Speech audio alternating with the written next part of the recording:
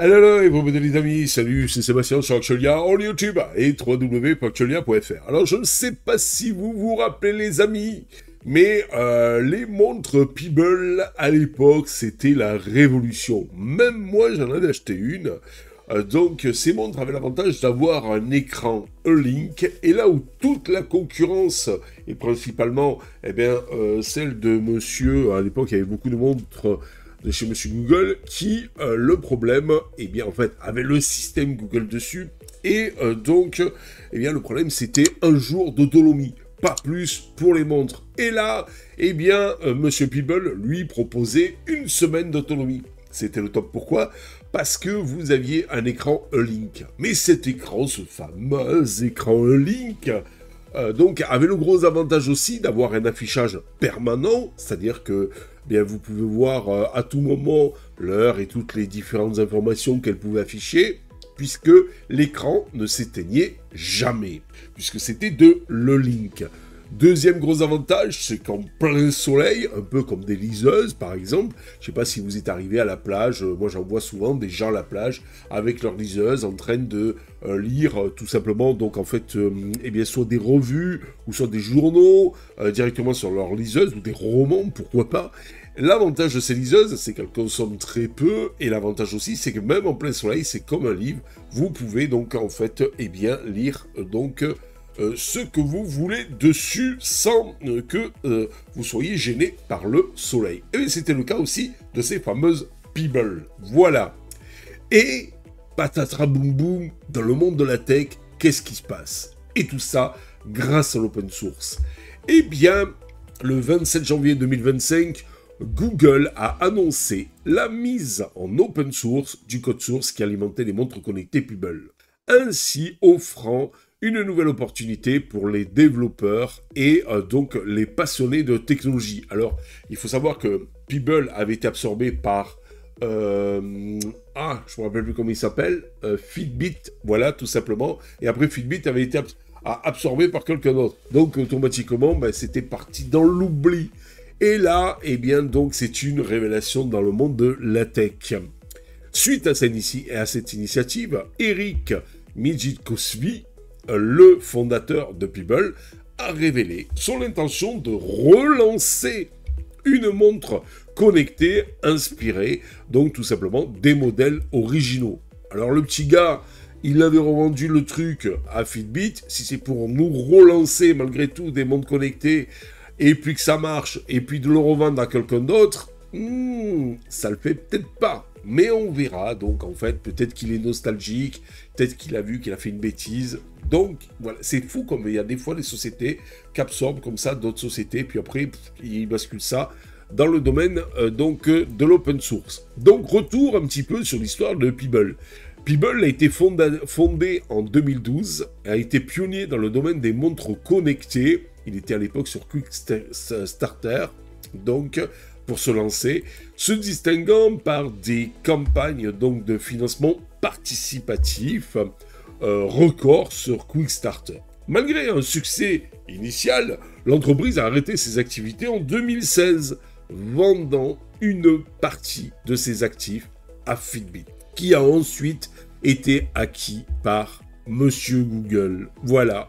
Et maintenant, monsieur Google, pourquoi pas, balarde le code source de PeebleOS, donc en open source. Ce qui veut dire que n'importe qui, pas spécialement que le fondateur de départ de PeebleOS, peut récupérer ce fameux code source et lui aussi faire ses propres montres. C'est un petit peu comme Android. Tout le monde peut récupérer Android, créer donc un téléphone sous Android, mais sans les services Google. Et si vous voulez utiliser les services Google et les installer sur un téléphone que vous allez revendre, là, il faut payer une redevance et demander une autorisation à monsieur Google. Là, il n'y a pas d'autorisation, il n'y a rien à demander. Vous prenez votre PeebleOS open source, vous créez une montre, vous l'installez dessus, vous l'optimisez, vous le mettez à votre sauce si vous le voulez, et vous revendez ça sans aucun problème. La renaissance, allons-nous vers la renaissance de monsieur Peeble grâce à l'open source? Eh bien, je pense que oui. Avec la libération du code source de PeebleOS par Google, Mijikosvi donc voit une opportunité de recréer l'expérience unique des montres Peebles. Il prévoit de lancer une nouvelle entreprise, waouh, dont le nom n'a pas encore été dévoilé, pour développer des appareils portables rappelant les caractéristiques tout simplement emblématiques des montres Peebles.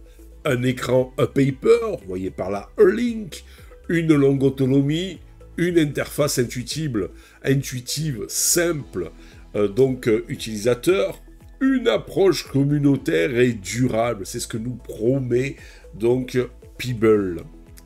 Monsieur Mijit Kosvi, donc le fondateur de Peebles au départ, souhaite adopter une approche plus durable pour cette nouvelle entreprise en évitant les erreurs du passé liées à une croissance rapide et à la dépendance aux investisseurs.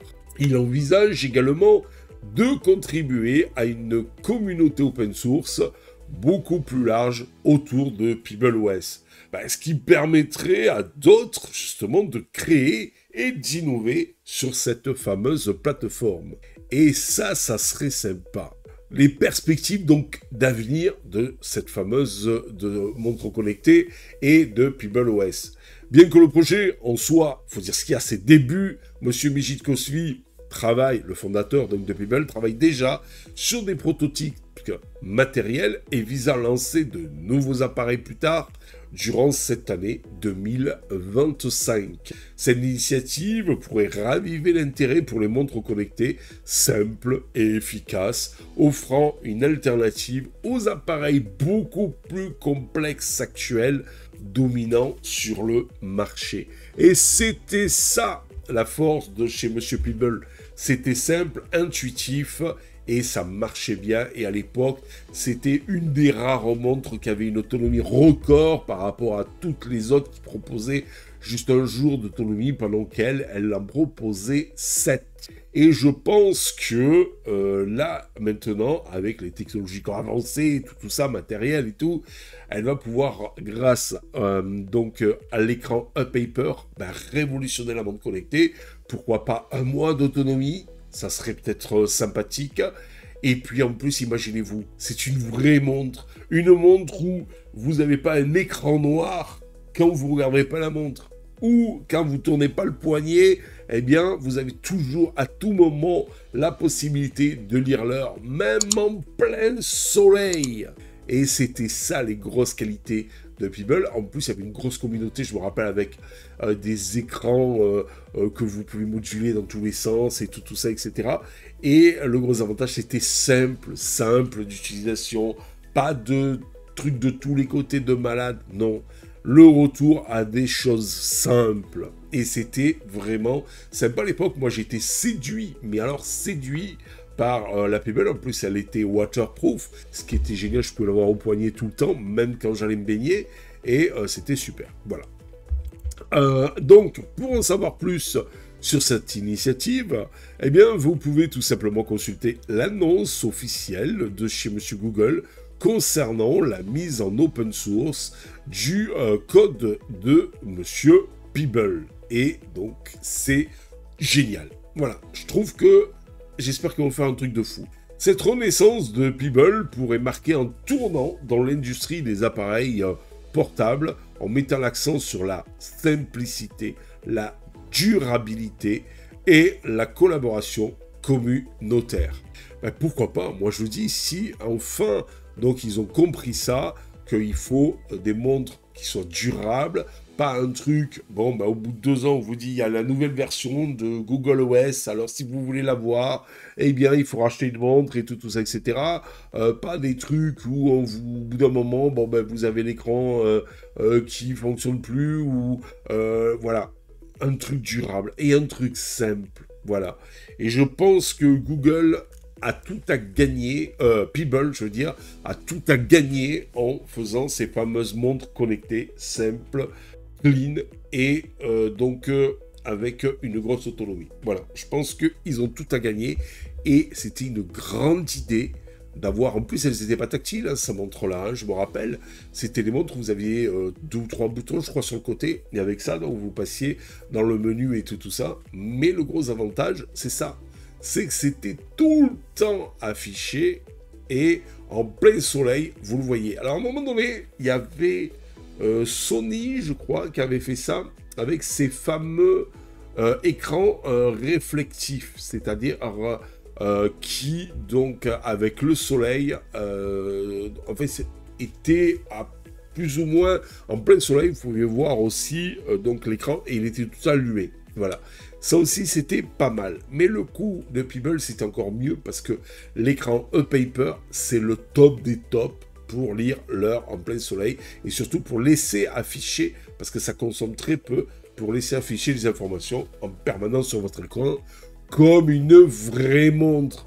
Quand je vois, moi le premier d'ailleurs, puisque j'ai une Huawei Watch 2, quand je vois tous ces gens qui se baladent avec leur montre avec un écran noir, quelque part, ça fait un peu de la peine. Voilà. C'est avant, vous passiez devant quelqu'un, vous regardez son poignet et vous dites waouh, qu'est-ce qu'elle est belle sa montre. Pourquoi? Parce qu'il y avait un super cadran et tout ça. Bah là, vous voyez que dalle.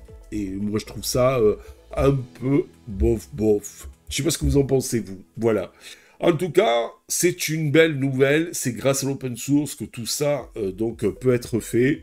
Et c'est génial. Voilà. Et j'espère donc, en fait, et je donne une longue vie, et j'espère longue vie à ce gros projet communautaire open source.